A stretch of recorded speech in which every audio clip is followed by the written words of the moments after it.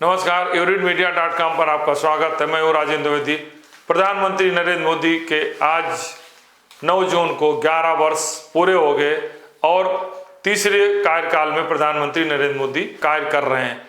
इस बीच अगर इन 11 वर्षों का अगर उनकी सफलता और सफलता का विश्लेषण करें, निष्पक्षतापूर्ण विश्लेषण करें, तो उनकी सफलताओं की एक लंबी फहरिस्त है, तो असफलताएं भी कम नहीं है। लेकिन इन सफलता और सफलता के बीच प्रधानमंत्री नरेंद्र मोदी के लिए 11 वर्ष बेमिसाल रहा है। अगर हम उनके सफलता का एक एक सिलसिलेवार करें तो पंडित जवाहरलाल नेहरू के बाद नरेंद्र मोदी ऐसे हैं जो लगातार तीसरी बार प्रधानमंत्री बने हैं और ऐसे महत्वपूर्ण निर्णय उन्होंने लिया है जो काफी दिनों से विवादास्पद थे। जैसे अयोध्या में राम मंदिर का निर्माण, जो 500 वर्षों से बाद में चल रहा था, उसका अयोध्या में राम मंदिर का निर्माण कराया। धारा 370 को लेकर आजादी के बाद से कई बार सवाल उठते रहे। धारा 370 हटाया, 35 से हटाया और जीएसटी लागू किया, नोटबंदी किया। और यही नहीं, गरीबों की मूलभूत आवश्यकताएं जो उनकी बेसिक चीजें हैं, घर मतलब पढ़ाई, दवाई, रोजगार और गैस कनेक्शन, हर घर नल जैसे तमाम आवश्यकताओं की पूर्ति की जो गरीबों की बेसिक जरूरत होती है। 5 किलो अनाज लगातार कोरोना के बाद 80 करोड़ जनता को दिया जा रहा है। तो ये कह सकते हैं, और इस 11 वर्षों के कार्यकाल में 150 से अधिक देशों की उन्होंने यात्राएं भी की और लोकतांत्रिक देश में मोदी के नाम पर ही लगातार तीनों लोकसभा चुनाव जीते और 18 से अधिक सरकारें बीजेपी की विभिन्न राज्यों में हैं, वो भी मोदी के नाम पर चुनाव जीते हैं। चाहे महाराष्ट्र हो, हरियाणा हो, या अभी हाल में चुनाव आने वाला, या बिहार हो या राजस्थान हो, कोई भी चुनाव हो, वो राज्यों के चुनाव भी मोदी के नाम पर लड़े जाते हैं और जीतते रहे। ये उनकी आंतरिक सफलता है। लोकतंत्र में, जनता में उनकी काफी लोकप्रियता है और काफी लोकप्रिय प्रधानमंत्री के रूप में आज भी उनको जाना जाता है। दुनिया में भी उन्होंने विदेशी यात्राएं करके भारत का साख बढ़ाने का, भारत को गौरव बढ़ाने का प्रयास किया। लेकिन इन तमाम निर्णयों के बाद मोदी के विवादों के साथ असफलताओं की भी एक लंबी श्रृंखला है। सबसे बड़ा विवाद जो विपक्ष उन पर लगाता रहा है कि उन्होंने देश की तमाम संपत्तियों को अडानी और अंबानी को बेच दिया है।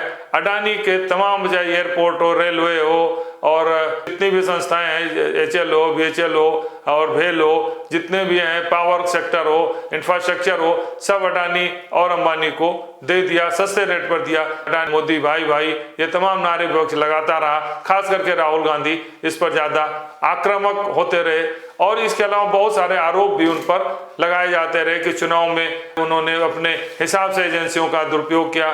भारत निर्वाचन आयोग को उन्होंने अपने हिसाब से उसका संविधान में संशोधन कर मुख्य निर्वाचन आयोग की नियुक्ति में उन्होंने फेरबदल किया। ईडी सीबीआई का दुरुपयोग कर रहे हैं, जो उनके साथ आ जा रहा है कि ईडी सीबीआई जो भी जांच होती है खत्म हो जाती है। जो उनके विरोध में है उनके ऊपर लगातार ईडी सीबीआई जांच करके उनको दबाव बना रहती है। और यही नहीं, तमाम ऐसे नेता हैं जो दबाव में, कांग्रेस के बड़े से बड़े नेता जो दबाव में भारतीय जनता पार्टी में शामिल हुए, ये भी आरोप लगता रहा। लेकिन मेरा अपना जो व्यक्तिगत विश्लेषण मैं कहता हूं, 2 सबसे बड़ी असफलता प्रधानमंत्री नरेंद्र मोदी की मैं कह सकता हूं। पहला है, देश पर इन 11 वर्षों में लोन, ऋण 10 गुना बढ़ा है, आंतरिक और बाह्य ऋण मिला करके।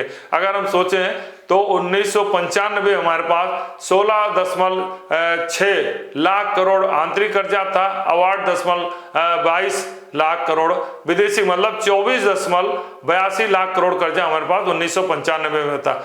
10 साल मनमोहन के कार्यकाल में कर्जे लगातार बढ़ते गए और ये बढ़ के 65 लाख करोड़ तक पहुंच गया था। लेकिन मोदी के 11 वर्षों के कार्यकाल में 178 लाख करोड़ आंतरिक कर्जा और 60 करोड़ से अधिक विदेशी कर्जा, मतलब 237 लाख करोड़ रुपया कर्जा बढ़ा है।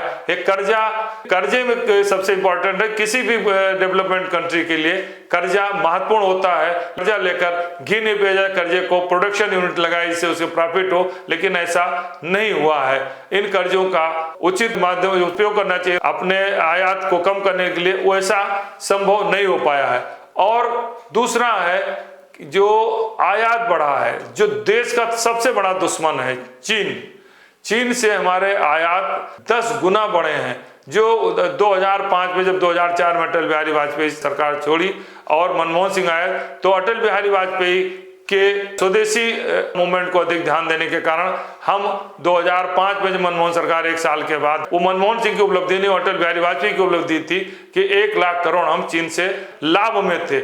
लेकिन 2005 के बाद मनमोहन सरकार में भी लगातार हम आयात हमारा बढ़ता गया और 11 वर्षों में आयात हमारा बढ़कर 93.36, मतलब जो 55 लाख करोड़ रुपया था वो 106 लाख करोड़ से अधिक आयात हम चीन से कर रहे हैं। निर्यात की बात जहां तक है, हम 2014 में जब मनमोहन सरकार गए उस समय भी हम 12.21 लाख करोड़ का निर्यात करते थे, आज हम 12.45 लाख करोड़ का निर्यात कर रहे हैं, जबकि आयात हमारा चीन से 106 करोड़ हो गया है।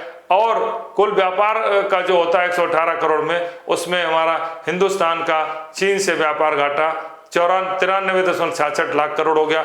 ये बहुत चिंता का विषय है और मोदी के आर्थिक नीतियों की असफलता कही जा सकती है। दूसरा उनका है कूटनीति में भी उनके बहुत सफलता नहीं मानी जा सकती, क्योंकि देश से जुड़े हुए जितने भी पड़ोसी देश हैं हमारे पास, चीन को तो हमारा सबसे बड़ा दुश्मन ही है, पाकिस्तान हमारा सबसे बड़े दुश्मन है, इसके अलावा श्रीलंका है, नेपाल है, भूटान है, बांग्लादेश है, यहाँ से भी हमारे रिश्ते अच्छे नहीं रहे हैं।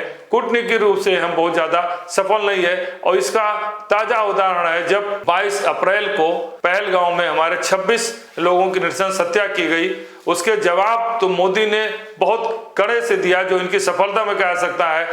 पाकिस्तान के 9 आतंकवादी ठिकानों को नष्ट किया, उनके 11 एयरबेस को नष्ट किया, ये उनकी बड़ी सफलता कही जा सकती है ऑपरेशन सिंदूर के माध्यम से। लेकिन असफलता कह रहा कि मोदी और भारत के विरोध के बावजूद IMF से लेकर और कई एजेंसियों से पाकिस्तान को ऋण मिलता रहा, जो आतंकवाद के उसमें उपयोग करता है। दूसरा, मोदी व्यक्तिगत रूप से ट्रंप को अपना मित्र मानते थे।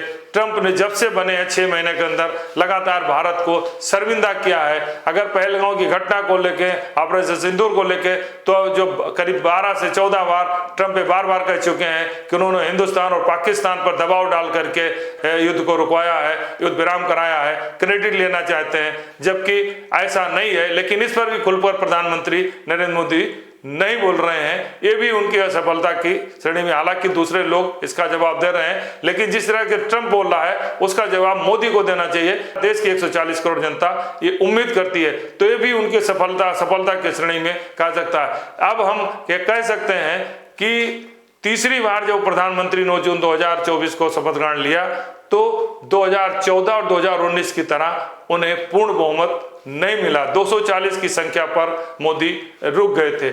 इसके बाद तमाम सारे अवरोध व्यवधान उनके निर्णयों में आते रहे, क्योंकि चंद्रबाबू नायडू, नीतीश कुमार को लेकर उनके साथ तालमेल करके उन्हें आगे चलना पड़ा। जबकि मोदी का नेचर ऐसा नहीं है कि वो किसी को बहुत दिनों तक साथ लेकर चलें।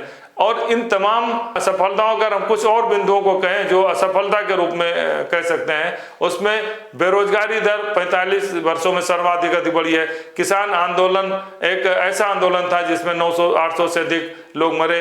मणिपुर ऐसा है जहां पर लगातार 1.5 वर्षों तक हिंसा होती रही है। यही नहीं, इस तरीके से दिखाई देता है कि खुले रूम लोग सवाल नहीं कर रहे हैं। 11 वर्ष में उन्होंने कोई ओपन प्रेस कॉन्फ्रेंस नहीं की। ये बहुत सारे उनके असफलता के बिंदु हैं, लेकिन सफलताओं की एक लंबी फहरिस्त है। अब इन अगर 11 वर्षों में सफलता और असफलता का हम विश्लेषण करें तो निश्चित रूप से उनकी सफलताओं की भी एक लंबी सूची है, तो सफलताओं का भी एक लंबा फहरिस्त है। परंतु ये कहा जा सकता है कि मोदी के लिए ये 11 साल सत्ता का प्रधानमंत्री के रूप में बेमिसाल रहा है। धन्यवाद।